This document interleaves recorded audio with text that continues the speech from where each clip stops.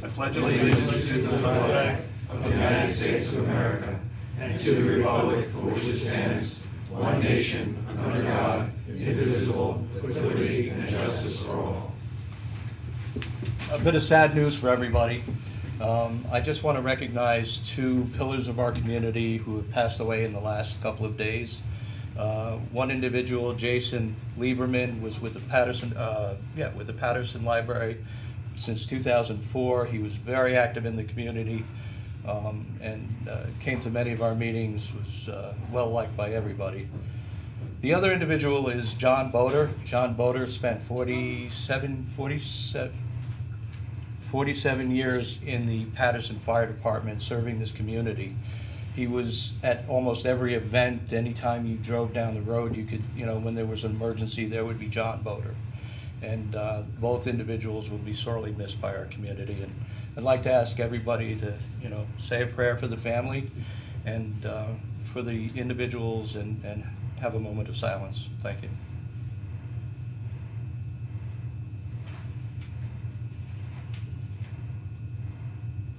Thank you all.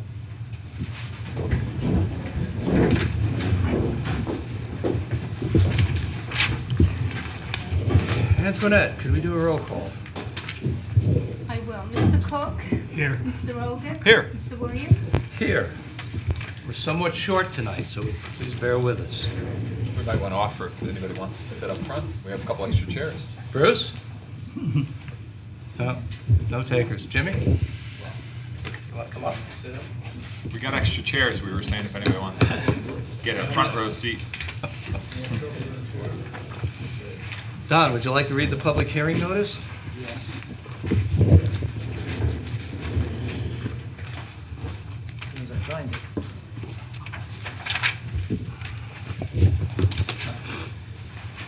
Town of Patterson, notice of public hearing, procurement policy for goods and services pursuant to Section 104B of the General Municipal Law.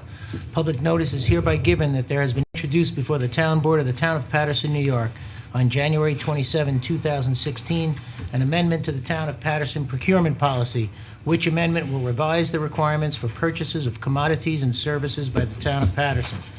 Now therefore, pursuant to Section 20 of the Municipal Home Rule Law, the Town Board of the Town of Patterson, New York will hold a public hearing on the aforesaid amendment at the Town Offices, 1142 Route 311, Patterson, New York, on February 10, 2016, at 7 p.m. in the evening of that day, or as soon thereafter as may be held, at which time all persons interested therein shall be heard. The Town Board will make every effort to assure that the hearing is accessible to persons with disabilities. Anyone requiring special assistance and/or reasonable accommodations should contact the Town Clerk. Dated January 27, 2016, by order of the Town Board of the Town of Patterson, Antoinette Kopek, Town Clerk. What we are doing here is that the town has standards for procuring goods and services. We haven't updated that policy in many, many years. We are looking to bring it up to date, increase some of the amounts that people can go out and solicit goods and services for a slightly higher dollar amount.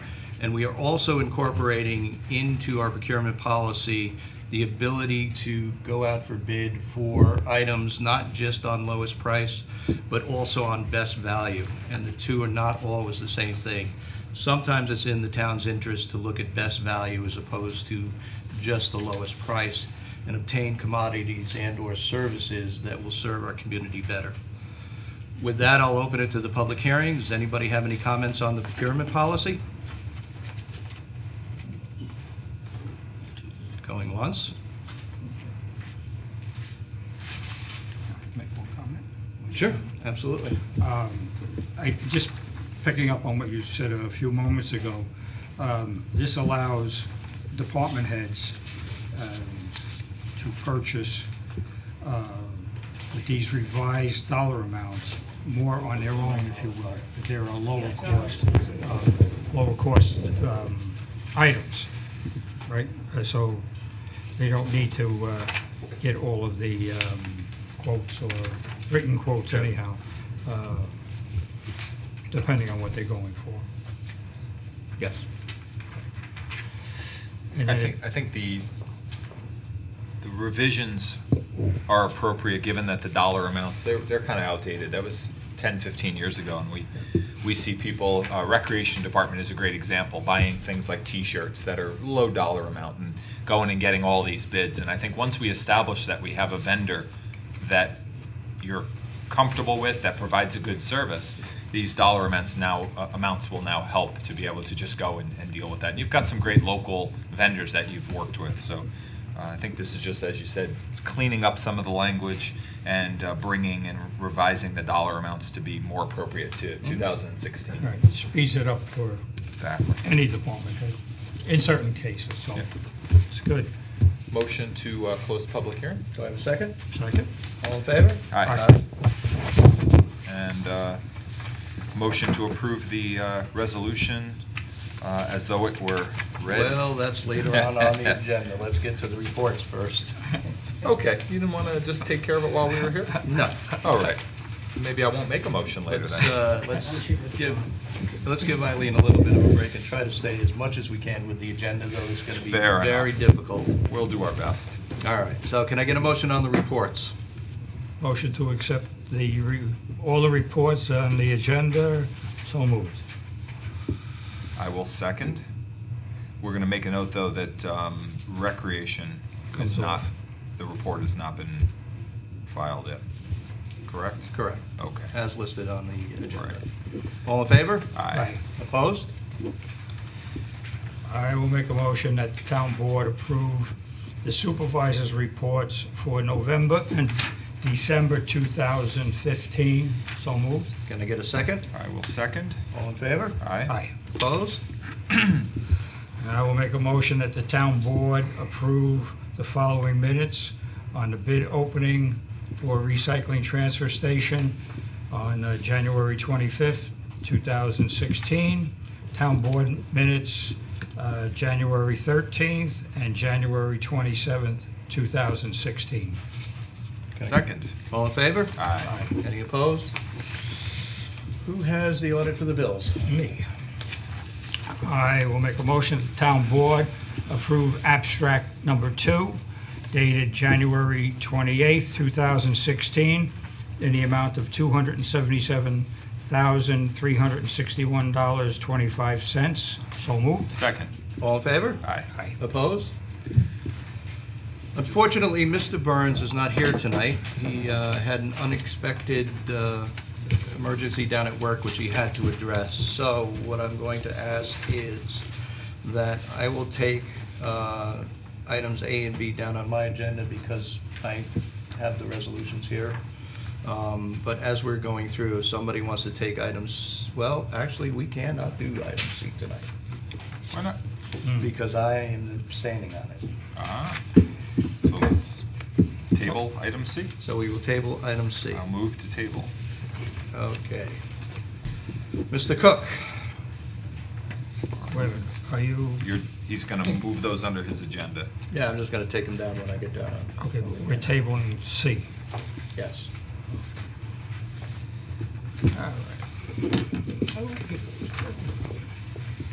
All right, next on the agenda is a request from the Braille Institute of America, looking or requesting that they would like to use without charge materials from Sybil Ludington to create passages for their 2017-18 Braille Challenge, our annual national reading and writing contest for blind students in 1st through 12th grade. I have 2 comments on this. Is one that I guess we could approve this and turn it over to the Historical Society, where I would think most of this information is kept, and/or, I believe it's kept up on our website. Yeah, that's how they saw it. okay. We should also refer, my guess, to the county. I mean, right? I mean, They're looking to take basically our website and turn it into Braille so that Cool. people that are blind, that portion of our website, so that people that are blind will be able to access the information. okay. So then I will make a motion that the town board approve this request And who's going to see that this happens? Your office? I'll work with the town attorney to make sure that they get proper notice. Okay, cool. Second. All in favor? Aye. Opposed?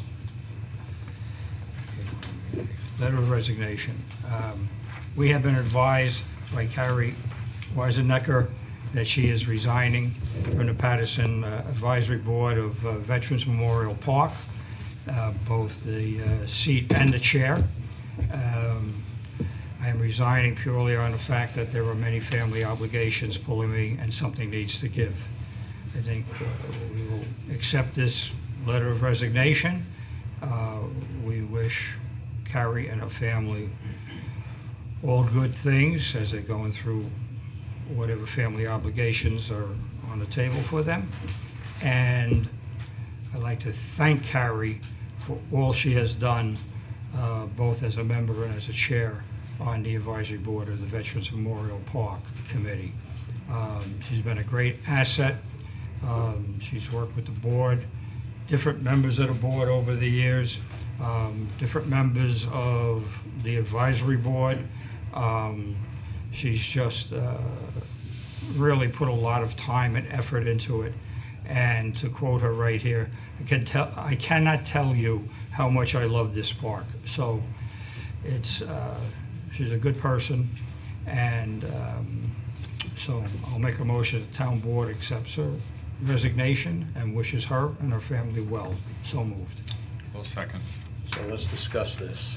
I also want to echo Charlie's sentiments. She's been outstanding in leadership for the Park Advisory Board. Now, however, there's a small wrinkle in all this.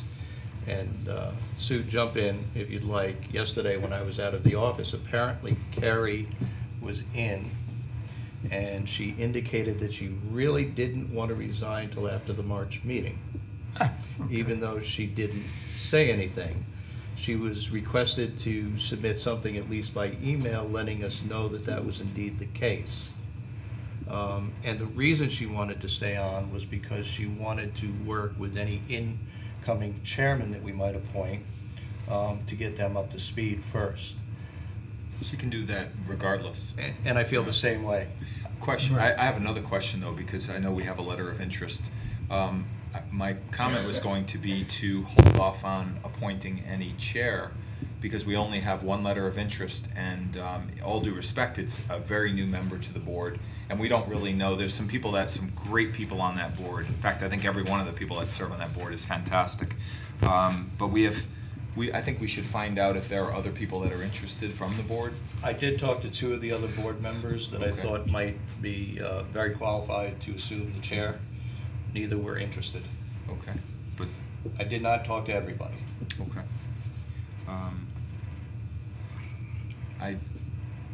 I think we should just affirm with that board. You know, they usually make a recommendation for appointments, and I mean, don't get me wrong. The candidate that submitted the letter, I think he's been to every meeting. He's been very involved in all their deliberations on different issues, and I think would make a fantastic chair. I just didn't know if appointing a chair that's been on the board only 14 months without making sure that the rest of the board had at least been in the discussion, I think. You want to table this then for the moment? Yeah, I think We'll we leave should Carrie table it. in that position Well, for now I think we can accept her letter of resignation. and leave it without a chairman. Yeah. Chairman calls the meetings. Chairman does a lot of the setup. Well, then we'll have to take. I don't think they have a meeting before our next meeting. I don't think they have a scheduled meeting. That So, is probably true. I don't think that Yeah. we're going to meet in February. yeah. Though I don't know that for certain. Charlie and I are the liaisons to that Mhm. board. Table it till next meeting. We'll come back with something. So we'll just table. Fine. Yeah, that's all. Okay. Okay.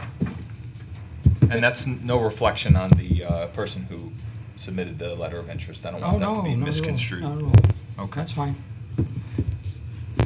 Right. Next is Highway Department meal allowance. This is another little housekeeping It's a little housekeeping. effort here. So Yeah. Essentially, the contract for the highway department requires us to pay a meal allowance when they're out working all night long, when they're called out on overtime. In backtracking what had been done, it was discovered that they actually did not receive their meal allowance, although under the contract they were obligated to pay it for 2014 and also for last year, 2015. So Trish is looking for us to approve payment of the 2014 meal allowance, and as long as we're doing that, we're going to do the 2015 meal allowance. Do you have the numbers there in front of you? Yes. So I will make a motion that the town board approve the meal allowance for the highway crew for 2014 per the schedule provided to us at a total amount of $1,340.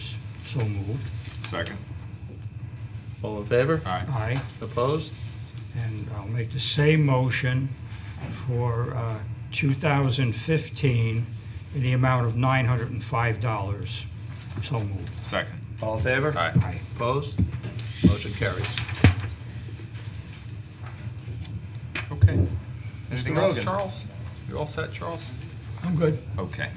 All right, last meeting we had discussed conversation with the sanitation administrator about the purchase of a compactor, some dumpsters, with the intent of reducing our expenditures for the number of pulls for recyclables. We estimate that it would be about a 75% savings, and virtually would pay for itself in a matter of about a year to a year and a half. So we've had some discussions about weighing the options of rental versus purchasing, and I understand it's the opinion of the sanitation supervisor that we're better off purchasing. As well as mine. The second offer that we received was for $29,700 for a compactor that was used. They were calling it reconditioned. Their reconditioning amounted to replacing one piston and throwing a coat of paint on it.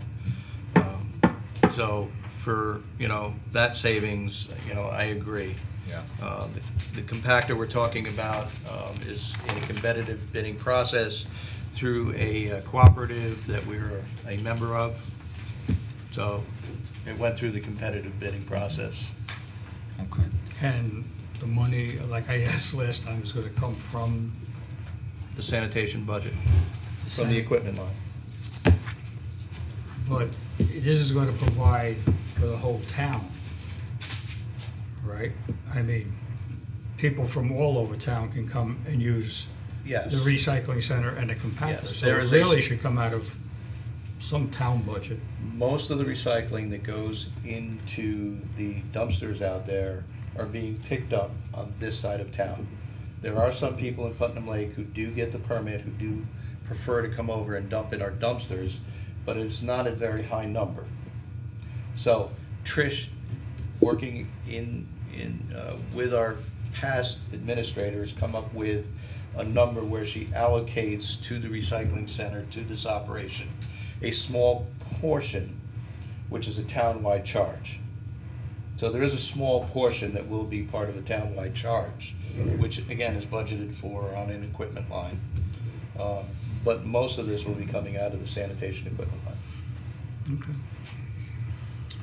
Okay, so we have the quote from Vaso Systems, as Rich had mentioned. The prep work we had already authorized the last meeting to begin in anticipation, whether we rented or bought, that we would need this. The amount was $41,952.10, based on not only the supervisors but the sanitation director's recommendation. I'll move that we approve this expenditure. So moved.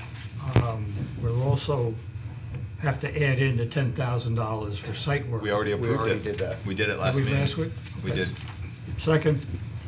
All in favor? Aye. Opposed? Motion carries. Okay, the next items that I have are from the planning board. The first of the two recommendations relates to a discussion we had back in 2015 about a proposed bed and breakfast in the hamlet. That project ended up falling through. However, the discussion was had, and in planning board, we were asking for recommendations about bed and breakfasts and how they might fit into the hamlet.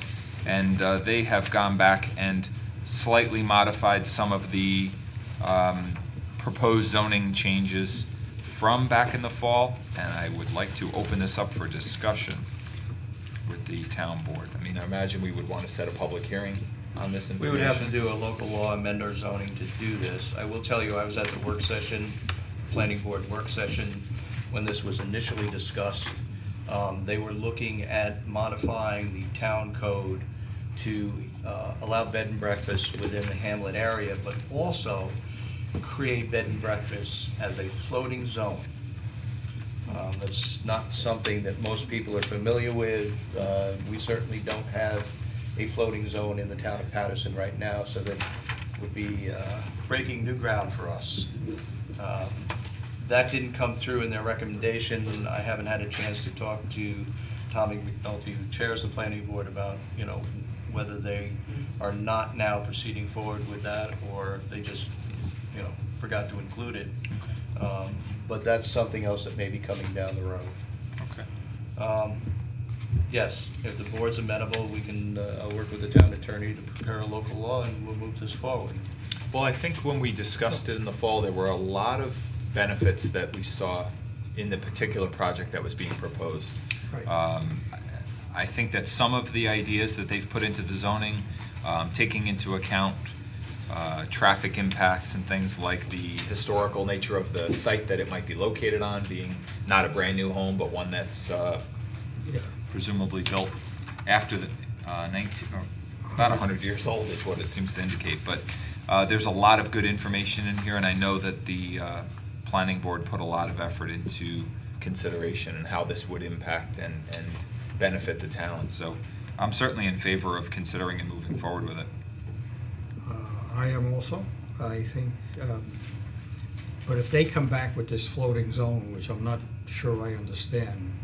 No, we're gonna have a lot of discussion, public discussion, about exactly what a floating zone is and how it works. Essentially, we create the use within the zoning code and don't attach it to any property. Right now, when we create a use within our zoning code, we say it's gonna be in a residential zoning district, it's gonna be in the I zoning district. With a floating zone, you don't do that. You create some standards by which the legislative body, the town board, would review that. And if it's appropriate, if they find it appropriate, then they would attach it to that particular property. I'm not so sure I'm keen about that right now. A lot of discussion. Yes. Yes. Yeah, I don't know. Kind of makes it a bit loose. It's very loose. But it also gives the legislative body, the town board, the ability to really evaluate whether it's appropriate in a particular location, while giving somebody who is, you know, looking to do this activity, this use, in this case bed and breakfast, some encouragement that, you know, the town may be amenable to allowing them to move forward with the use. Part of the problem last go-around was that we weren't able to act quickly enough, and basically the property was sold for individual residents. Mm-hmm. And Yeah. so I think what the intent of, part of the intent of this is to be on the forefront to say, okay, we're ready to go now. If somebody comes forward with a project, Yeah. we're not stuck in bureaucracy. So, Just like to see a nice Charlie, detailed write-up on this floating zone. I'm just a little concerned. Yeah, it's, as Rich described it, it's accurate. It's basically not designating just one particular zoning district where it would be permitted. Right. But I don't think it has to be opened up to all of the zoning districts in town. Also, if it becomes I think the current proposal is for the bed and breakfast to be approved by a conditional permit of the planning board. If it becomes a conditional or a special use permit of the town board, it adds a little bit more control, because there's a bit more legislative authority that's involved in deciding where it would be appropriate. Right. Okay, but it would still include all of the various proposed conditions that have already been promulgated as part of the planning board's recommendation. So it's while it's a flexible zoning technique, it's not something that is a wide open door by any means. It would still be subject to review. So it's a fairly common technique for really? special type uses. I just never heard of it before. Yep. But thank No, you. that's- Thank you. Yep. Okay. And before Mr. Major comes running up, if we were going to do this, we probably would need to amend the comprehensive plan. Fair enough. I think we would. The next item from the planning board, we just received today, and so albeit I'm not as familiar with, but it brings up the concept that the planning board would like to open discussions with the town board about form-based codes. And I'll ask our town, oh, there you are. I'll ask our town planner to talk a little bit about that, because I'm not that familiar with form-based codes. Form-based codes basically is a method of taking your zoning code to the next level in specifying architectural elements, streetscape elements, being more particular in defining what the type of development is going to look like at the end. In a particular area, in this case? It could be, yeah, it can be Okay. in any particular area, it can be town-wide. It's a good thing if you're in a more urban area because it really lays out the streetscape that a developer has to provide. And typically it's oriented towards making areas more pedestrian-friendly. In this area, I'm very concerned. I've been back and forth with the planning board often on the issue of form-based codes, because one of the things it does do for your zoning code is it takes out the flexibility. The developer knows exactly the building style, the lighting style, the streetscape style, the width of the sidewalks, the landscaping is going to have to provide. It is all very well defined within your code. That can be both good and bad, depending Correct. on the developer. Because I know from planning board days that sometimes they were looking for guidance from the planning board to say, what do you want? What are the architectural elements? And we were kind of saying, well, show us what you'd like and let's work from there. And as we pointed out, Front Street, there are so many different architectural styles that there really isn't a style. It's just Right. between town hall and the buildings, there's so many different architectural styles that this could be something that would be helpful. And again, I think the intent of the planning board is to make things a little bit more ready to go, so that we cut down on the amount of time it takes to get things approved. So, Rich, how do you see this discussion going from here forward, process-wise? I think, I know the planning board currently is gathering information on the hamlet so that they can make specific recommendations. And I think there needs to be a dialogue between the planning board and the town board once they get a little bit farther down that road. Maybe we'll set up a work session and sit around a table and hash some of this out. I could tell you a form-based code, if we were looking at how we were going to design Front Street 2 years ago, we would have been doing similar to what we did when we approved Ryder's Building 2 lots down. Yes, I remember. That basically would have been our standard, which is a 2-story building, possibly residential on the second floor. The developer that we had come in with a wonderful proposal that ultimately didn't go forward for building out in the hamlet was for a 3-story building. He wouldn't have bothered to come in. He would have said, what they're seeking isn't what I'm looking to build, so he would have, gone someplace else instead of at least having the conversation with the town. And it was beneficial at the end of the day because we know where we have some improvements we need to make. We are currently trying to do that. But again, that's my concern with form-based code is, Now, having the flexibility. Adopting the specific colors just for the signs in the hamlet, the colonial red, blue, and I can't remember was it green? Yeah, Is that it was a dark a green and base gold. of, that's a form of form-based code, although it's more specific to just signage? Yes, it's a baby step towards that whole form-based code. And as you saw on the planning board, and as you see since you've been off the planning board, it's not always the easiest thing to implement. we have specific colors, we have paint chips, we have the color IDs for Benjamin Moore. We provide them to people coming in, and we still get their own individual variations at the end of the day. You know, and that becomes somewhat challenging to get them to where we need them to be. Okay. Look forward to hearing more from the planning board. And lastly, I have a request from the contractor to change the recycling and sanitation refuse schedule for District 1 for Putnam Lake. Rich, I know you had some discussions. Do you see any problem with the changing of this schedule? I've talked to a number of residents over in Putnam Lake, and they all were fine. And for those of you in Putnam Lake who I didn't talk to, what's going on is in 2 weeks, the new carting company is taking over. They are looking to go from Wednesday pickups to Thursday garbage pickups, Friday recycling pickups. And there's some good points and bad points to that. Pretty much everybody I talked to didn't have a problem with that. I know a number of people that I talked to would have preferred to keep it with 1 day. I talked to AAA. He said the reason that they are splitting the days had to do with overtime and the amount of time he's going to have to keep the guys out there. I need to have more conversations with him about that.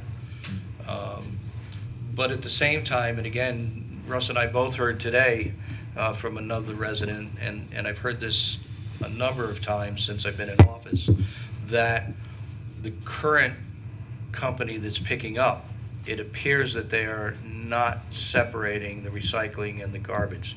They're picking it all up and throwing it into one truck. Enforcement is always the difficult issue. Yeah, and I can tell you, splitting the days, one of the benefits of splitting the days is we know at least that the garbage and the recycling are going in 2 separate trucks. Now, that also means everybody has to go out in the morning, you know, 2 different days. It's not the easiest thing in the world. A lot of times it's just as easy to take everything out at once and bring everything back in, and, you know, you're not gonna have all the bins sitting on the side of the road. Yeah. You know, you're gonna have them out there now for 2 days, so. If we agree to the change in schedule, we can always, if it creates problems, require that they revert back to what's existing, correct? Correct. Okay. And do we have any, I want to ask for any public comment? We have a lot of people from Putnam Lake here, and I didn't know if Anybody they're have any just issues? happy that the garbage and recyclables get picked up properly and safely.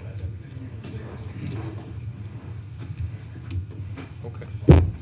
The other question I had before we move on this is how we will do public notice other than this meeting on this. I am going to go back because of the short time and ask AAA to send everybody a letter. We'll generate the labels. Okay.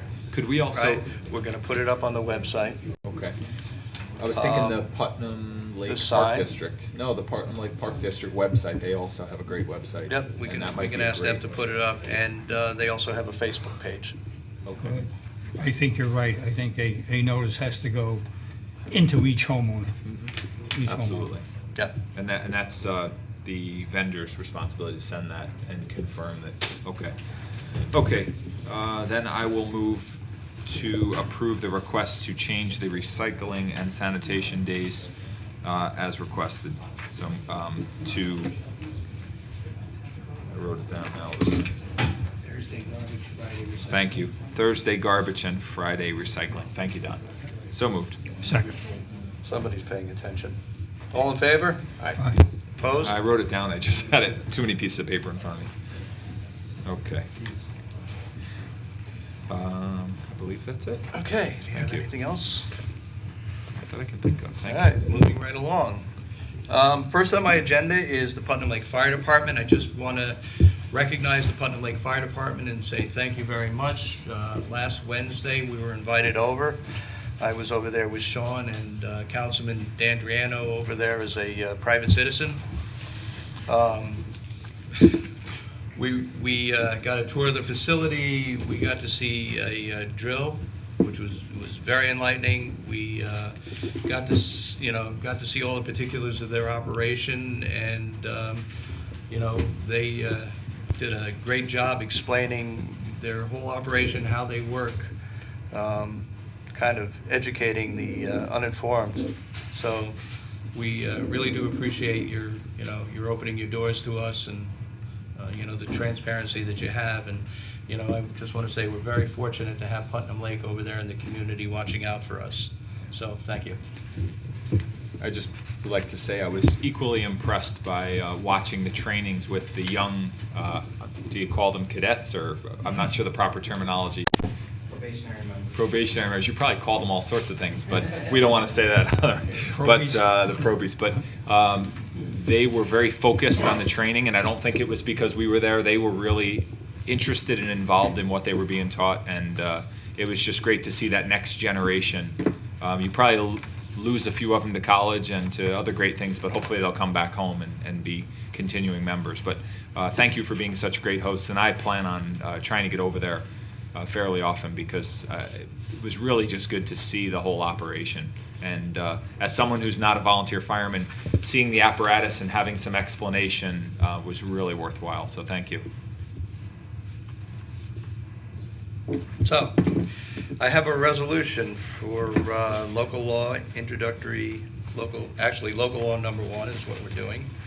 And I'd like to introduce this local law, which adopts as the procurement policy. And without objection, we'll enter it into the minutes as though read. Do I have a second? Second. All in favor? Aye. Aye. Opposed? Good. All right. Next on the agenda is introductory law number 2, which sets a public hearing to amend Chapter 142, taxation. What this is doing is, in the end of last year, there was an amendment to real property tax law 458, which, well, let's back up a little bit. Prior to that, Section 158 allowed a veteran within the town of Patterson who had a veteran's exemption on one home, if he were to sell that home and move someplace else in the town of Patterson, it would allow, if the town had adopted the law, which we hadn't, it would have allowed that exemption to travel with him to the next home. At the end of 2015, the state amended Section 458 to allow a veteran within Putnam County that had a home anywhere in Putnam County to transfer that veteran's exemption to any other home that he would purchase, as long as it's his primary residence within Putnam County.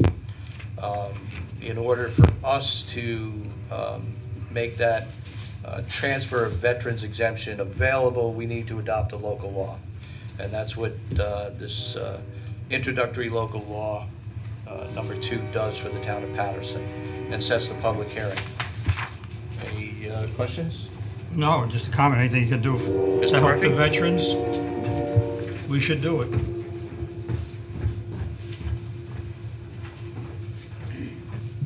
My name is Tim Murphy. I live on Old Route 22. This local law, I have several different questions, but I'll address this one first. It's my understanding that as a veteran, if I buy another house, at this time, all I have to do is present my veteran's credentials and whatever else the town requires, and they will process that next home.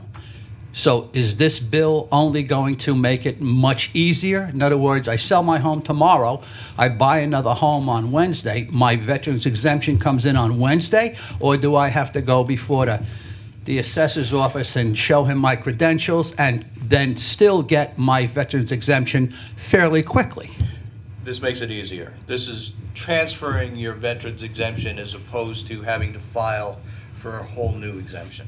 Okay, so that's all it's doing, though. You're not losing, you're just going, I sell the home, I walk in and I show them my previous exemption, and they just put it onto the new house. Correct. Okay.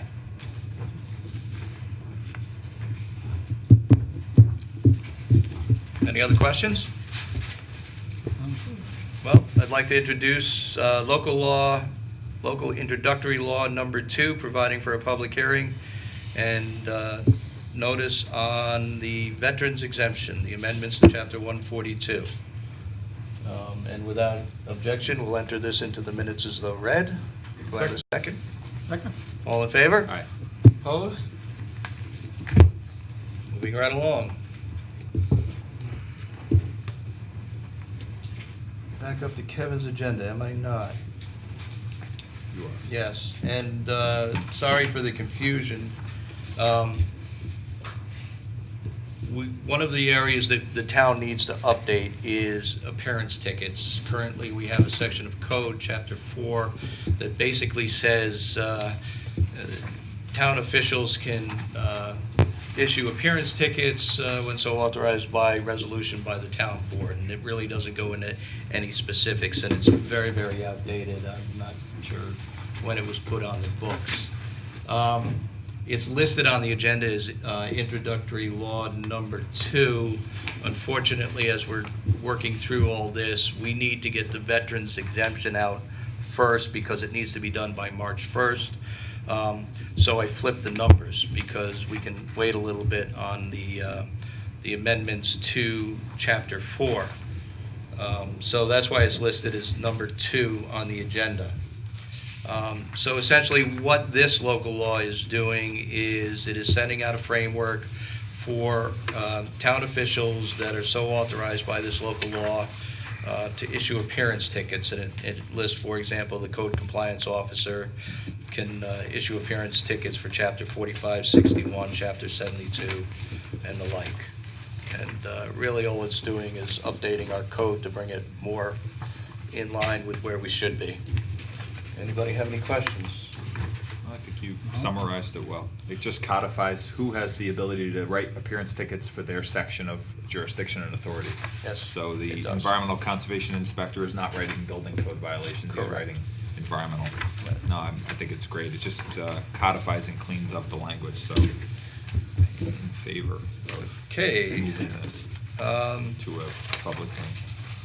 And the public hearing on this will be on March 9th. The veterans exemption, I think I forgot to mention it, will be at our next town board meeting, which is February 24th. So, I'd like to move this resolution and without objection, enter it as though read into the minutes. Second. All in favor? Aye. Opposed? So carried. All right. Thunder Ridge. Boy, this has been a long one, huh? So as many of you know, and some of you don't, Thunder Ridge is part of the New York City DEP upgrade program. They're the last wastewater treatment plant / speedies permit that is being upgraded under this program. They worked diligently for a long period of time trying to find a way to put a sewage treatment plant on their site to so they could decommission their sand filter that's out there. Weren't successful to do that, so we came up with a plan to run the sewer line from Thunder Ridge with a pump station all the way over to the Patterson Commons A&P pump station and then pump it all the way over to our sewage treatment plant. In order to proceed with this, we need to include Thunder Ridge into the sewer district. So I have before us tonight a resolution accepting the map plan and report and the petition and setting a public hearing for, when did we do it, Don?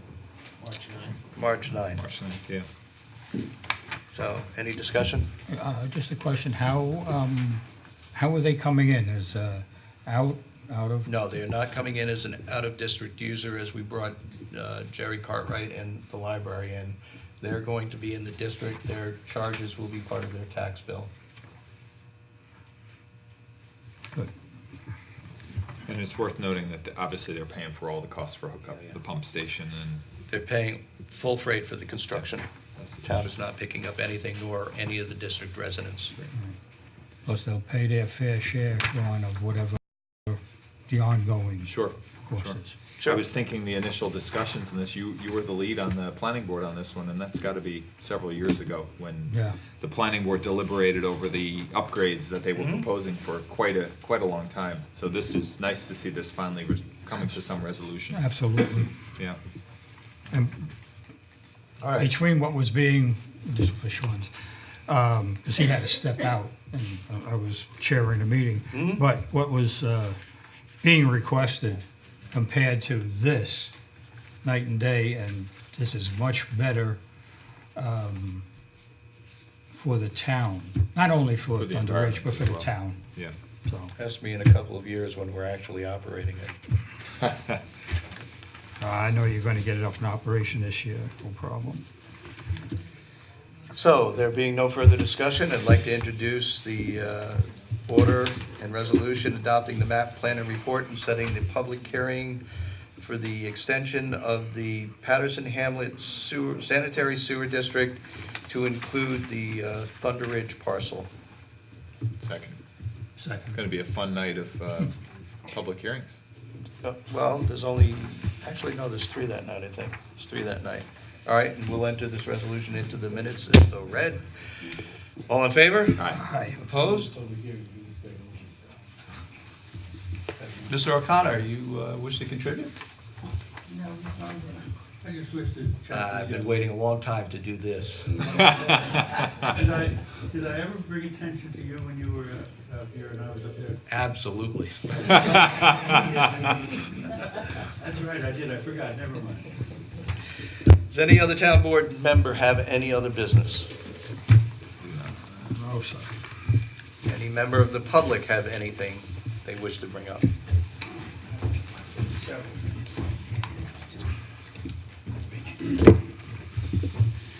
Tim Murphy, Old Route 22. I'll start with the Putnam Lake Sanitation District.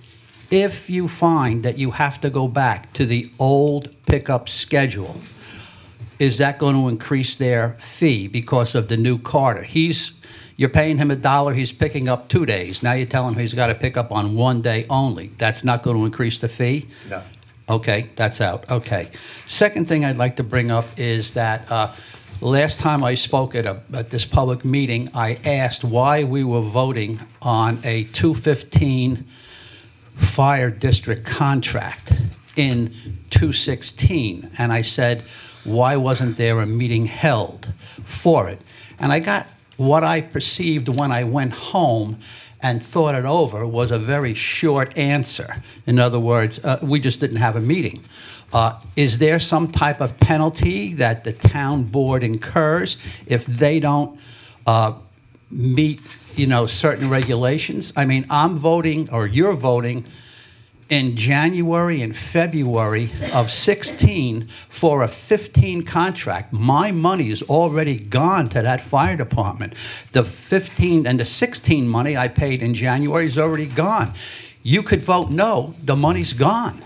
So is there a penalty that you that you incur from the state if you don't look at the contract and approve it in a timely fashion? And what would that cutoff be? In other words, if it's a January contract, do you vote in, or you have to review it in October or November and tell them, we're going to give you the money, we're not going to give you the money? And then is there a penalty from the state if you don't meet to do that? There is no financial penalty from the state if we do not fulfill our obligations Okay. on this specific issue. On other things, there may be penalties. Okay. And as an aside, I was talking, it's not my original thought, I don't really have a lot, but I was talking to a guy who was a fireman in another town, and I said, we have to buy this ambulance from Putt Lake. And he says, well, let's hold on. You used taxpayer money to give Putt Lake money to buy the ambulance. The town of Patterson gave them $1 to buy an ambulance. They now no longer need it. Why should we now pay $60,000 or $65,000 to bring it back? That would be buying, if the ambulance was $100,000, that would be us buying a used ambulance, and the money expended would be $165,000. If it's the town of Patterson's money that purchased that piece of equipment, it should come to the town of Patterson free of charge. We gave them the money, they bought the equipment, they used the equipment, now it's no longer being used. It should come back, I think, it should come back to the town of Patterson. Otherwise, we're paid for that piece of equipment twice. Am I wrong in my logic? I understand your logic, and, just full transparency, we did have this conversation this afternoon. As a taxpayer of this town, I agree with you. The fire departments are solely funded by the taxpayers of the town of Patterson, and we are paying for the equipment. But there's also a legal component to this, and this is what it is that similar to, a private contractor we may hire to fix the lights, and this is the example I gave you this afternoon. The fire department is a private contractor. If we were to hire an electrician to do repairs to the lights, and they had to go buy a special tool to repair those lights, at the end of the job, we pay them what the contract price was. We don't get to keep the tool. He paid for the tool out of his own pocket to do the job. We gave them the money to buy the tool, the ambulance, to do the job. We didn't give the contractor $10 to buy a wrench. We gave the Putnam Lake Fire Department $100,000 for the ambulance. They're not picking this up on the camera unless you're standing at the mic. I'm sorry. All right. Take the microphone. Do you want to answer? Yes, sit down. Pick it up and Then sit. it comes out. Mr. Pull it out. You want to tell him? Okay. Slide Here- it out. Just take it out, take it over to the seat. It'll make it easier. Sit down in the seat right there and you'll be... Okay, what I'm saying is, you're saying that the electrician had to buy a tool, but he poured it out of his own pocket. We gave the Putnam Lake Fire Department the money to buy the tool. It's not, they didn't of themselves, the members, buy this particular piece of equipment. My thing is that your electrician bought a new wrench to fix the light bulbs. That's his money, that's the cost of him doing business, and he has it for the next job. In this particular case, the Put Lake Fire Department has an ambulance that we provided for them, because I've been here 40 years, so I must have paid for it. But now somebody wants to sell that back to us. I just don't see why we have to pay for it twice. I mean, am I not? Does everybody else feel the same way, or should we pay for it twice? Well, no, I've heard from other members of the community who have offered the same argument. We've already paid for it. But at the end of the day, they're a private organization. We have no ability to just take that fire truck, that ambulance from them. Mike, you want to jump in on this? Yeah, sure. Tim, your name is? Yeah. Hey, how are you? Michael LaGorry, one of the councils to the town of Patterson. So the nuance here is that while the contract is funded with taxpayer money, the fire protection fire districts, which are Putnam Lake and Patterson, they operate with that contract money, but they go and get their own financing when they go to buy vehicles, unless they set money aside in their budget for capital replacement.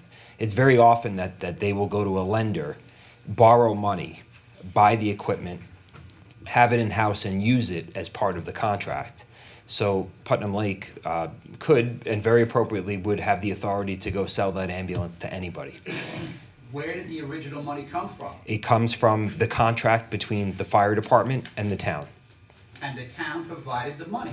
Right, but the town did not say, here is $100,000 for an ambulance. The town said, here is $350,000 for the year. You operate your fire department, you buy what you need. You guys, you're the experts. You buy what you need with that money.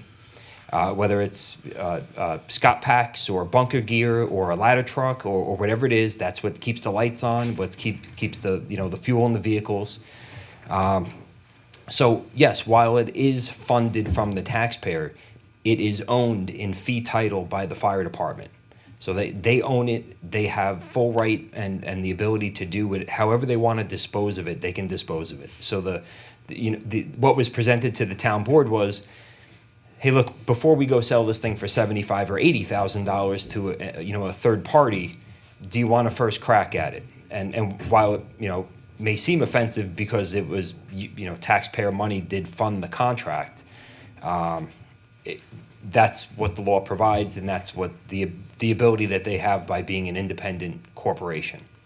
So, and that was the bottom line between the discussion between the town board and the fire department was, hey, look, do you want to crack at this thing before we go?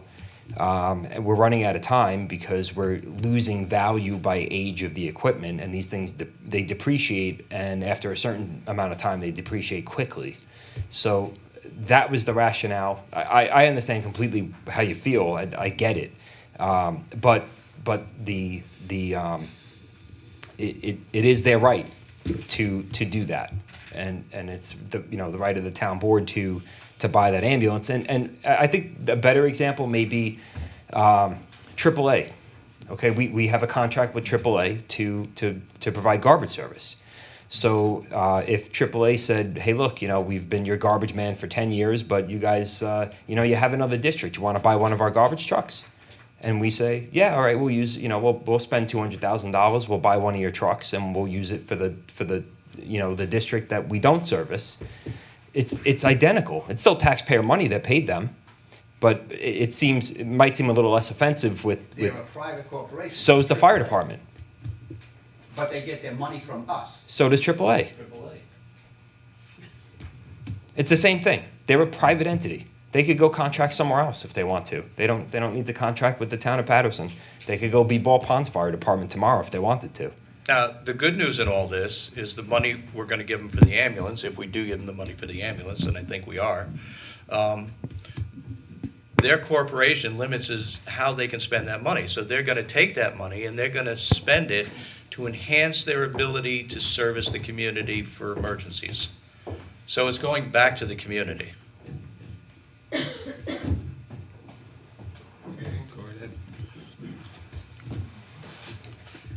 Mike Ercol, President of Putnam Lake Fire Department. In regards to your question, the way we set up our budget, we take a percentage of our yearly budget and we put into a vehicle replacement account. Now, over the years, the vehicle replacement account grows. When we need to have a large expenditure for a fire truck, which is a few $100,000, we take what's left in vehicle replacement, put towards that. If we can get a couple thousand, which is usually what it is for a trade-in, then that goes towards that also. And then we take out a loan. So the loan goes to the bank. We buy our truck. We go to the town and say, this is our contract. We take that percentage to yearly pay off the loan for the new vehicle. Understand that? Yes? Not really. Okay, so we bought an ambulance for $140,000 With my money. with money that was our budget to the town to provide a service. Okay, so if we just bought $100,000 worth of Band-Aids and ran around with a vehicle that just placed Band-Aids on people, that's what we use the money for. But that's not what we did. We bought an ambulance. So now that we are not providing ambulance service, we are going to sell the vehicle that we do not need, which we could actually just take ambulance off of and use it as a fire police vehicle for the next 10 years. And no one would be any more wiser, and the town wouldn't benefit from that. Also, the $65,000 that we offered to the town is going to go back to our vehicle replacement fund. So now next year, or excuse me, in a few years, when our rescue truck needs to be replaced for $300,000, $400,000, we'll already have $65,000 from the ambulance that, yes, you provided money for. But now in 3 years, we're not going to say we need an additional $65,000. We need $180,000 to provide this, to purchase this vehicle. Does that make more sense in understanding? But do you see where I'm coming from, though? I'm paying for something twice. I paid for it originally, however you did your forms and banks and all that stuff. Right. I still paid for it. And now I'm paying for it again Oh, and then what you're doing with the money is you're putting it back into your fire, budget. Vehicle replacement fund. Right, but I'm still taking $1 out of my pocket twice. Right. Or you could take $1 out of your pocket now, and then we could sell the ambulance to another entity, take that money, put it in a vehicle replacement fund, and then you would still be possibly purchasing an ambulance for $150,000 next year out of your pocket. And then when I need a new rescue truck, and I say, listen, our rescue truck's falling apart, for us to properly provide service that we're contracted for, we need $300,000, not $240,000. And that's the last I'm going to say about it, respectfully.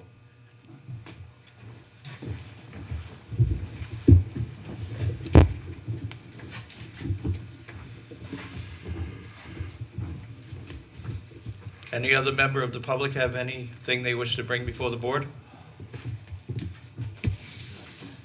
Motion to go into executive session. A motion for executive session. Yes. Thanks. Councilman Rogan has made a motion to go into executive session. Do I have a second?